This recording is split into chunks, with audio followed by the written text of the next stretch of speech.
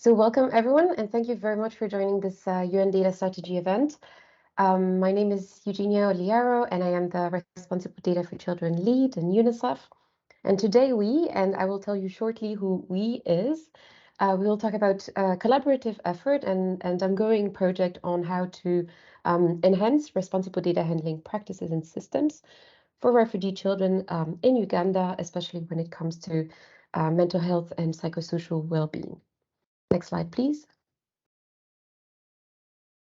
As mentioned, this webinar is about a very exciting and fruitful collaboration, I think, between UNHCR and UNICEF at headquarters, regional and country levels, together with the GovLab team at University of New York. So everything you will hear in this presentation is the result of 6 months of discussions, engagements, and collaboration to this day between all these actors that you can see here on the screen. And I will ask my colleagues to introduce themselves later when they take the floor for the first time, so we can get started. Next slide, please. So before we go into the details of what happened in Uganda, my colleague Yara and I will give you a bit of a background on what brought us all together. I will focus on the Responsible Data for Children initiative, and she will then talk about the blueprint for joint action between UNICEF and UNHCR.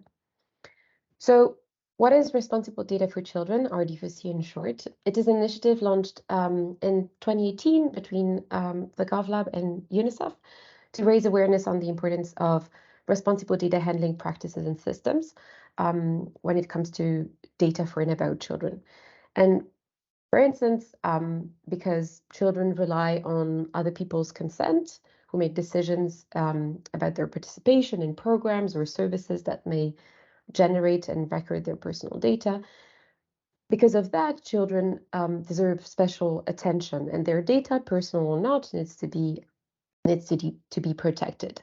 So here we really want to avoid the risks of misuse. At the same time, depending on children's development stage and how disadvantaged or remotely located they are, it might still be difficult for us nowadays to understand children needs, to really understand how to better reach them with services and programs that suit their expectations. And so there is a clear need to use the data we have about children to inform policies, decision-making, and programs with children. So we want to promote data and avoid a situation where we would miss opportunities of using the data we have, basically. And I think this is a systemic issue in the UN in general. So there is a constant need for assessment, balance, and trade-offs between protection and promotion of data for and about children. Next slide, please. And so in order to provide support to those who handle data for and about children in their daily work within the UN community, but also among NGOs, governments, public and private sector, for them to grasp a culture of responsible data and be able to implement it, we have developed a series of resources ranging from tools to operationalize these practices, to case studies to see how others have realized responsible data for children in other sectors or contexts, to more easy to follow and digestible video tutorials on the Responsible Data for Children YouTube channel, where you will also find the video that we watched at the beginning, and also customized support, for instance, to UNICEF country offices. All these are open access and available on rdfc.org, so I will not spend too much time on this. Next slide, please. And so all these resources have been built on the foundations of the 7 Responsible Data for Children principles, the 7 Ps, as we call them, a bit as a North Star, which practitioners can easily grasp, remember, and implement to enhance their data practices and systems. So for instance, to be responsible, a program handling data for and about children should be participatory, i.e. ensuring that children, adolescents, and their communities were involved and engaged regarding the data that was collected of them. It should also be professionally accountable, so establish institutional processes, roles, and responsibilities to ensure that data is handled responsibly and efficiently. It should prevent harms across the data lifecycle, and we will see today how in the presentation. meaning that it should establish end-to-end responsibility by assessing both risks of misuse and misuse, so thinking about data protection and promotion, as mentioned earlier, and thinking about these risks during the whole data life cycle, meaning collecting, storing, preparing, sharing, analyzing, and using stages of the data life cycle, and so forth. So these principles, together with the Interagency Standing Committee operational guidance on data responsibility and humanitarian action, and also UNHCR data transformation principles, all these principles were really at the core center of the collaboration that we'll talk about today. And it's really on them that we design and build activity 10 of the blueprint that my UNHCR colleague Yara will now talk about. Wonderful. Thanks so much for that, Eugenia, and hello, colleagues. Thanks for joining us today. My name is Yara Masri, and I'm a business analyst for accountability to affected people based in the UNHCR Global Data Service in Copenhagen. So I'll be talking a bit about the blueprint for joint action, which is the umbrella for which under which the work that we did on this particular collaboration falls. So in early 2020, both agencies, UNHCR and UNICEF, developed a blueprint for joint action as a commitment to accelerate efforts towards realizing both agencies' joint global refugee forum pledge, which is to stand by refugees, work with governments to ensure the inclusion of refugee children and their families in national systems and plans. So the inclusion of refugee children and families, as stated here, is really what we aim to work towards. And then one of the activities under the Blueprint Initiative aims at strengthening the responsible handling of data for and about refugee children. So the blueprint itself had several sectoral working groups, including a data working group, which was kind of transversal to the other working groups. And under the data working group, there were 11 activities, and one of which is this activity that led to the collaboration that we're now presenting. Next slide, please. Thank you.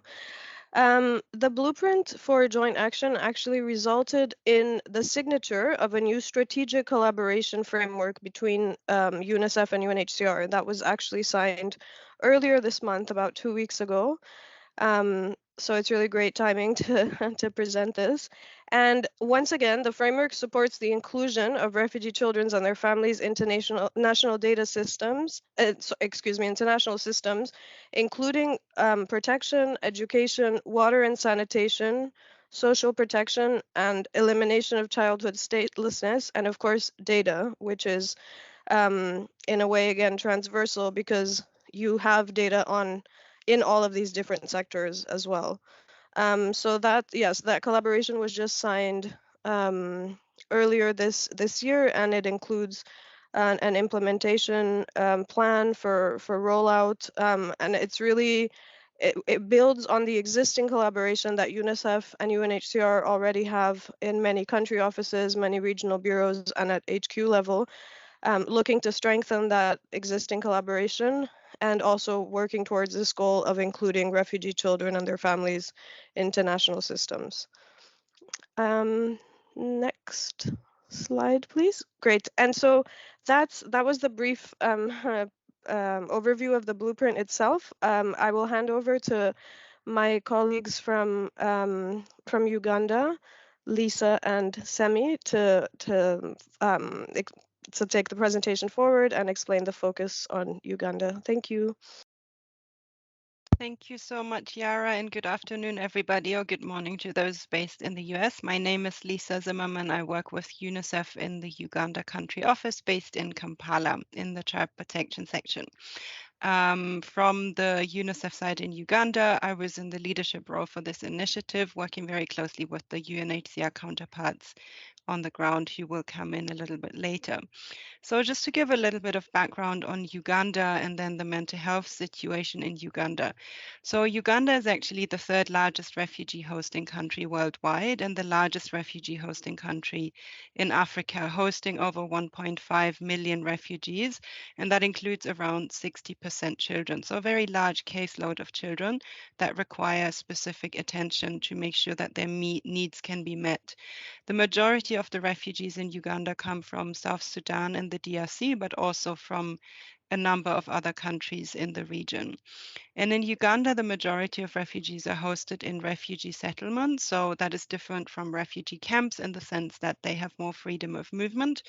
And where the settlements are hosted in Uganda are the areas of the country that are among the poorest and the least developed. And some of the child-related indicators that we see in the refugee settlements are similarly bad also in the host communities, and for both population groups that requires particular attention. This year, for example, in the first 2 months of the year, basically around 9,000 people have already entered the country from South Sudan and the DRC and other countries as well.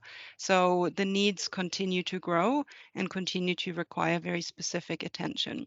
Uganda is also home to around 71,000 unaccompanied and separated children. So those are children that enter the country either without their family at all or without their biological or legal caregivers. And there's around 66,000 children at risk that are registered at risk, which means that they have faced or at risk of facing a particular protection concern. So that could be violence, abuse, neglect, or exploitation, again, making them particularly vulnerable and requiring particular and specific services for them to be able to live a dignified life here in the refugee settlements in Uganda. Next slide, please. So looking a bit more specifically at mental health and the psychosocial well-being of the refugee and host community populations living in Uganda, a survey in 2021, for example, found that around 49% of the refugee respondents that have participated in the survey face challenges in being able to access services on mental health and psychosocial support, MHPSS. And considering that around 50% of all mental health conditions start by or before the age of 14, we are particularly concerned what that means for children. In Uganda, there's poor access to mental health and psychosocial services, and very often that's also associated with an impact on a reduced quality of life, potential increase in suicide, other mental health conditions, and it can also lead to other protection issues such as early marriage, teenage pregnancy, children engaging in unsafe behavior, child labor, etc. So those are some of the issues that we're looking at here in the context of Uganda. When we look at how data is collected related to mental health and psychosocial well-being or the service provision, so the support around mental health, there's different ways of how data from and about children is being collected in the Uganda context. This could be through surveys or participatory assessments. It could also be through more traditional data collection methods as part of programming. Could be programming that reaches children or their families at an individual level, and it can also be data that's collected as part of group-based or community-based interventions, where data on children's psychosocial well-being and their mental health is collected, but also data around what services they are being reached with. That being said, very often the sources of data are not harmonized, the type of data that is collected differs, the quality of data that is collected differs, and then how it's used, how it's stored, how it's analyzed, how it's shared. There's also varying levels of quality and of control and harmonization in that sense. Very often what we see, for example, is that there's not standard methodologies around who is reaching which children with what types of services, where are they being reached, and for what reason or for what purpose.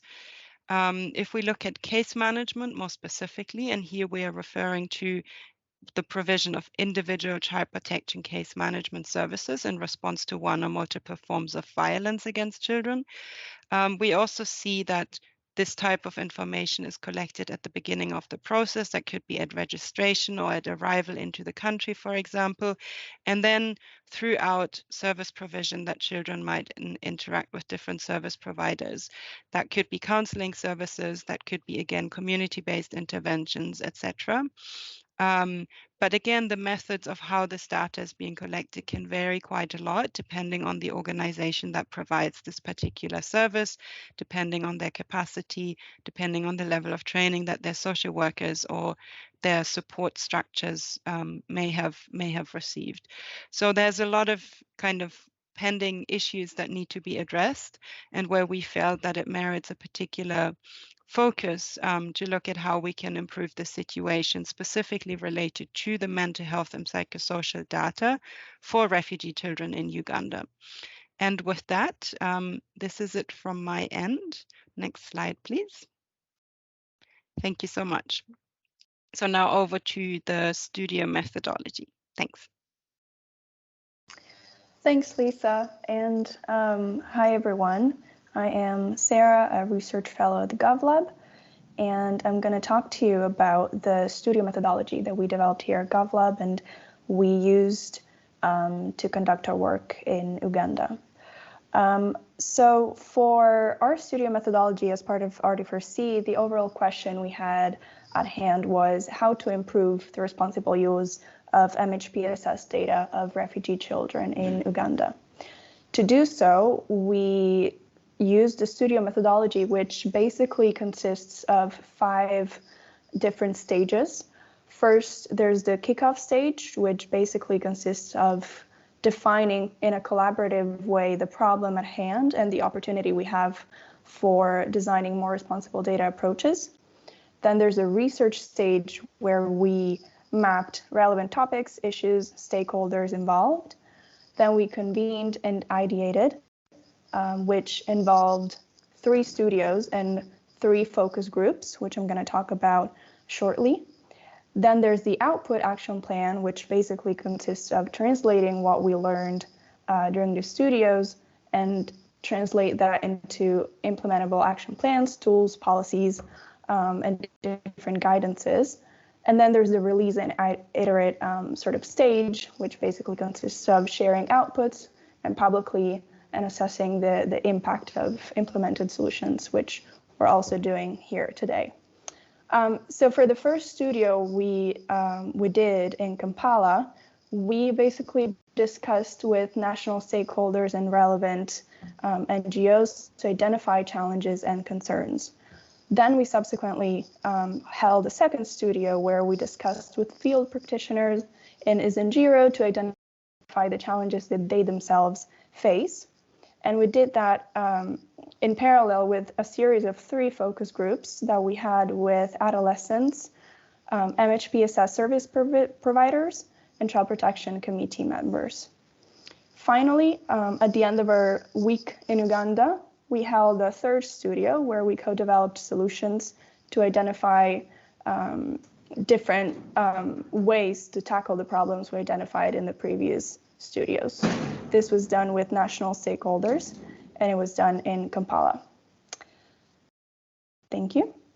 To organize the discussions held during the studios in Uganda, we used the data lifecycle, which is an abstraction that explains the opportunities and challenges in how data is translated from insight into action. The data lifecycle we used, and we all know that there's many data lifecycles out there, but what we decided to include are the following stages. We have, first of all, the planning stage, which consists of defining objectives and partnership, designing an implementation strategy.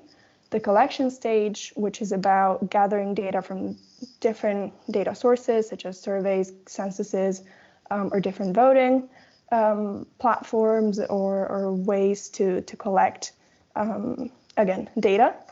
The processing stage, which is about removing irrelevant information or data that might be inaccurate, formatting the content and make it more interpretable. Then there's the sharing stage, which is about accessing data with relevant collaborators, relevant stakeholders that might use the insights derived. Then there's the analyzing stage, which is about assessing the data collection to extract those insights about the issue at hand. And then finally, there's the using stage, which is about actually acting on the insights derived. Other than the life cycle, we also used, thank you, Andrew, you're really understanding the timing here. We also used the principles, which Eugenia already explained. So I'm not gonna focus on these too much, but we did want to focus and sort of have those conversations about the data lifecycle to understand how data is used in Uganda when it comes to MHPSS data, with a focus on the principles to kind of make sure that the principles are there throughout the data lifecycle and to find ways and solutions to where they weren't embedded in the data lifecycle to kind of make sure that that is what happens. Yeah, I'm gonna now give the floor to Andrew, my colleague, who's gonna actually tell you what happened during the studios. Thank you, Sarah. So as has been discussed, we organized a series of studios in Kampala, Ishigaro, and then as well as did some focus groups with a variety of different actors. We subsequently received a lot of input, a lot of feedback from a variety of different individuals representing government, civil society, a whole host of different organizations, and ultimately decided to organize the feedback that they gave us along the data lifecycle, both for their understanding and to help us understand sort of where interventions might occur along the data lifecycle to make a meaningful difference. In the interest of time, I'm just going to briefly gloss over some major points, but you can find more about each of these bullets in the long form report that is on our site on rdproceed.org.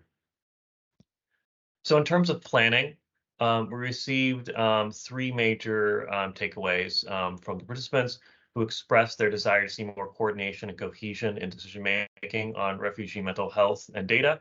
They noted that MHPSS nationally is coordinated by the Division of Mental Health within the Ministry of Health. And while there are similar bodies at the regional level, these bodies don't necessarily have the same visibility and sometimes operate at cross purposes, which can sort of hinder appropriate decision making. Organizations also noted that they didn't really have a clear sense of who there was in the field that might be collecting useful or relevant data for them, how to contact them, and if they could sort of collaborate and coordinate with them, they would like to, they just needed that information available.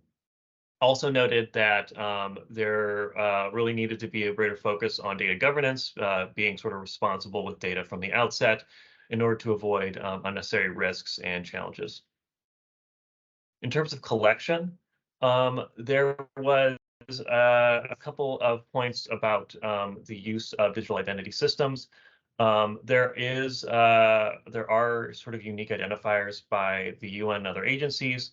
However, some organizations could represent the same child or the same individual differently in their different data sets, which could sort of lead to different services being provided or just the same person being contacted multiple times.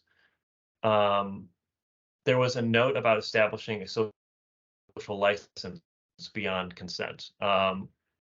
While individual consent was often sought for the different engagements, the overall sense was that children, refugees, and others did not necessarily fully understand or fully grasp what they were sometimes being asked to do.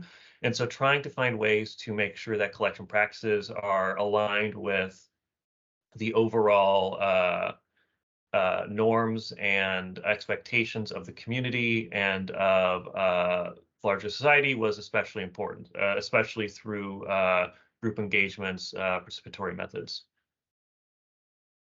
In terms of processing, participants noted that sometimes organizations could define similar terms in different ways, and that this could lead to a variety of differences just in terms of how data was cleaned or just in terms of how analysis was conducted. This was particularly true about certain mental health conditions and psychosocial services, psychosocial conditions, that there was no easy definition. So really trying to spur some sort of common understanding across organizations. And then overall, ensuring a continuum of child refugee case management, ensuring that organizations are communicating with one another across the cycle about the services being provided, how different people are being engaged, et cetera. In terms of sharing, one particularly interesting insight that we came across was that organizations didn't often see a direct incentive to share data particularly in a responsible fashion. Oftentimes, organizations could collect information that would be duplicative because there were incentives for them to do so. But often organizations within sectors and across sectors held data that could be useful for other parties. So really trying to find ways that organizations could come to common terms and really support one another in a meaningful and appropriate way. There was also across a lot of our engagements in our studios a desire for common platforms and systems, by which we mean a common sort of national infrastructure for participants to engage with. I'll note that our assessment was that this could be a useful tool, but it shouldn't be seen as a panacea. Obviously, infrastructure can be useful in terms of sort of getting organizations on the same page, but there's also a really important need for common practices and responsible processes to make sure that data is, collected in a responsible way, and that all of this sort of data that's brought together doesn't introduce new risks just by virtue of sort of being brought together. So really making sure that, there are practices, there are people, there are institutions that can manage data effectively and well. For analysis, there was a need for both descriptive analysis, that meaning understanding the who, the what, the where, the when of a situation, and also understanding the diagnostic analysis. So what are the root causes of certain MHPSS challenges?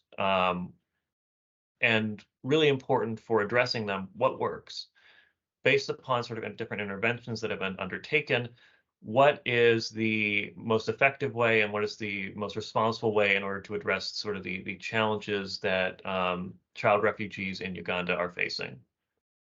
And then finally, just making sure to integrate lived experience to understand the context in which data was collected to really address sort of the real individuals at the center of this work.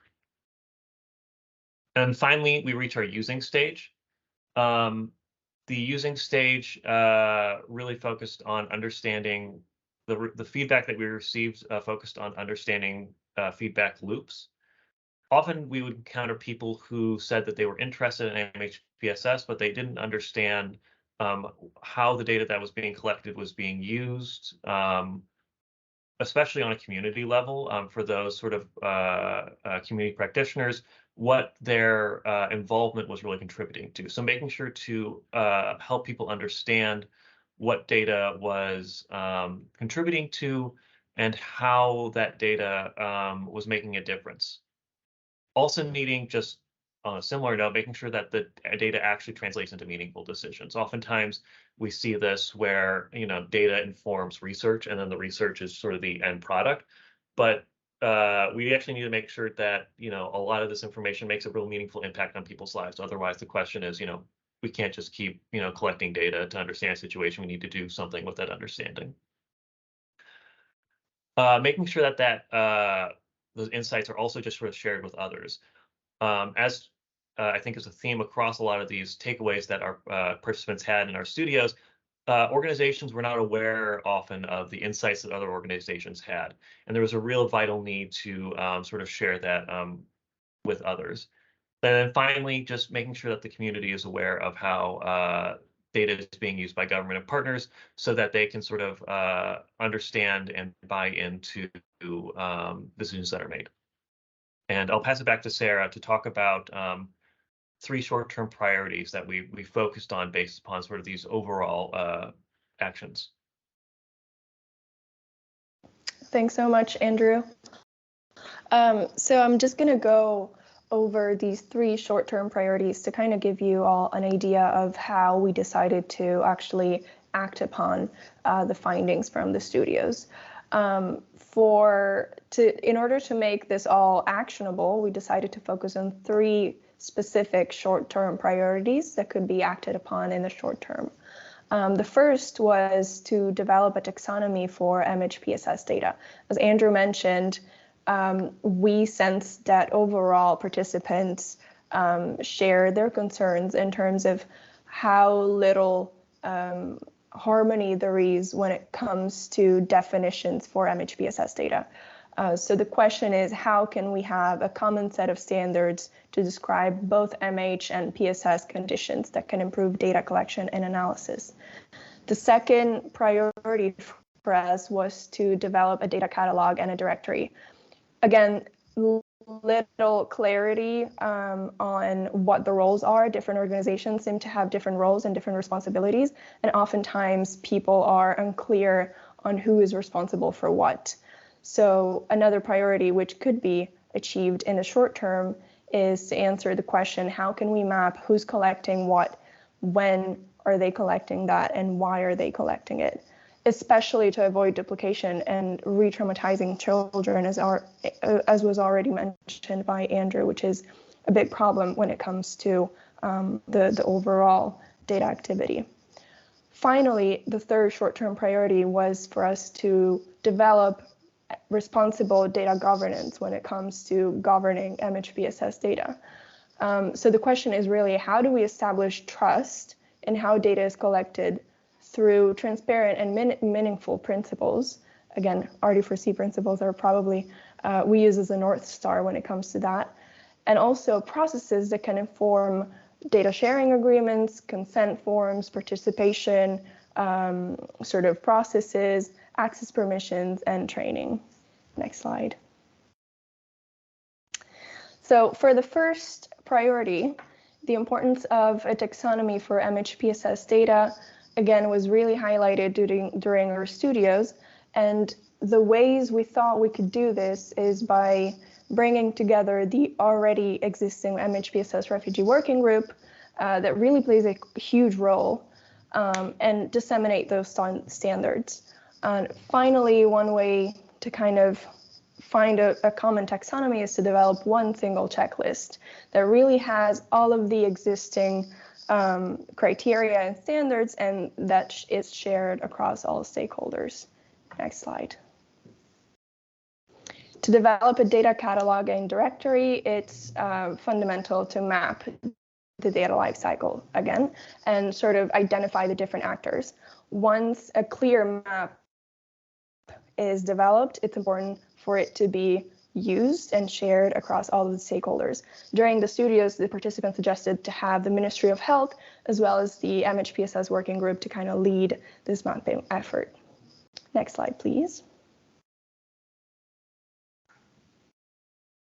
And finally, to highlight responsible data governance, it would be beneficial to develop a manual or a standard operating procedure guidance around MHPSS data governance. This manual could include different standards about data quality, reliability, and validity, as well as guidance about storage and security of the data. To advance the creation of this manual, the participants suggested, again, the creation of a dedicated expert group that would develop these practices based on a comparison of already existing best practices to then draft the manual and present it to the MHPSS working group in the short term. Now I'm going to pass it to Terry, who will illustrate the ways forward. Thank you. Thank you very much for that presentation and for really laying clear some of what the strategies were. So in terms of the ways forward, I sit and participate in the National Mental Health Psychosocial Support Working Group here in Uganda that oversees a lot of the work that goes on around mental health and psychosocial support for refugees and also for host community. My name is Terry Ombalo. I'm the MHPSS officer at UNHCR in Uganda. So my colleague who spoke earlier mentioned some of the major concerns around data on children. We had quite a long discussion. As you've heard, this work has been going on for the last 6 years. So looking at the 3 major 6 months, not years, 6 months. Looking at the major 3 concerns that were highlighted in terms of data always for MHPSS data always missing for children, or the way collecting data is challenging. It's not very easy because mental health issues is not a subject that is very openly spoken about. There's a lot of stigma around it. And then also in terms of even how we use the data when it's collected, it's always been quite a challenge. So we looked at ways forward around those areas and what can be done. So I went back to the National MHPSS working group, and we were quite fortunate that during the consultations, during the studio meetings, we had the representation from the Ministry of Health, Division of Mental Health and Psychosocial Support represented, and also members of the National Working Group also represented. So over time, in the last 2 months, we have been talking about how to take this forward and how to at least start with a few baby steps that we can see results to before we go on to the major recommendations that have been made on this document. And some of the reports that we are looking at is that in 2019, the National Mental Health and Psychosocial Support Working Group, together with a few organizations, came up with a standardization report on some of the principles, on some of the terms, whether we want to continue with mental health, psychosocial support as a one term, or break them up and things like that. And we agreed that that document was good and that we should update it in 2023, so that it can capture some of the concerns or address some of the concerns that were raised during these discussions and during gaps that we also realized existed. In terms of data governance, yes, there's still quite a challenge, but that is something that is being addressed already, because we have coordination structures all the way from the national, from the settlement level. And this is where all the settlements in Uganda that are supporting refugees, and also part of the host communities that are also represented in those coordination meetings. So all of them right now, from that level to the national level, we are mapping out on who's doing what, where, and for whom. Actually, we did have a coordination meeting this morning, and this was still emphasized. And partners are really being asked to contribute to this, so that we are aware of who's responding in the needs for children who require mental health and psychosocial support. And of course, all this we are guided by the Interagency Standing Committee on the Principles of MHPSS. So that is work that is already ongoing. In terms of data catalog and directory, yes, I would say that the refugee coordination mechanisms have been much stronger than probably the ones from the Ministry of Health, that is, from the Ministry of Gender, Labor and Social Development. And that is a part that we really want to get into, to work together with them, and also to work together with the Ministry of Health, so that we are all on the same level, to be able to, as we work into integrating refugee response and assistance into the government system, it would also be good to have MHPSS data and concerns for children also harmonized through maybe a uniform information system that can also be shared by government and all concerns and those responding to MHPSS needs of children. So discussions have been ongoing, and my colleague who's also on the call, Semi, we've started discussions around on how to do that. So moving forward, we shall be working hand in hand with the Ministry of Gender and also the Ministry of Health to just make sure that we are all speaking from the same angle. It's only been a few months since this document was finalized, and there's some that we have not quite reached to tackle yet, but we are hoping that in the next few months we'll be able to look around issues on data catalog and directory, among others that have been highlighted in this document. So the work doesn't stop. As you realize, it's an ongoing work. There's always new partners coming in. There's always existing partners exiting the stage. So it's a work that is continuous. And now that we have kind of this roadmap, it will help us to really keep things in our fingertips to make sure that we don't drop the ball on areas where the children are counting on us for their support. Thank you for listening, and I will now hand over to the moderator who's going to take us next to the questions and answer session. Thank you.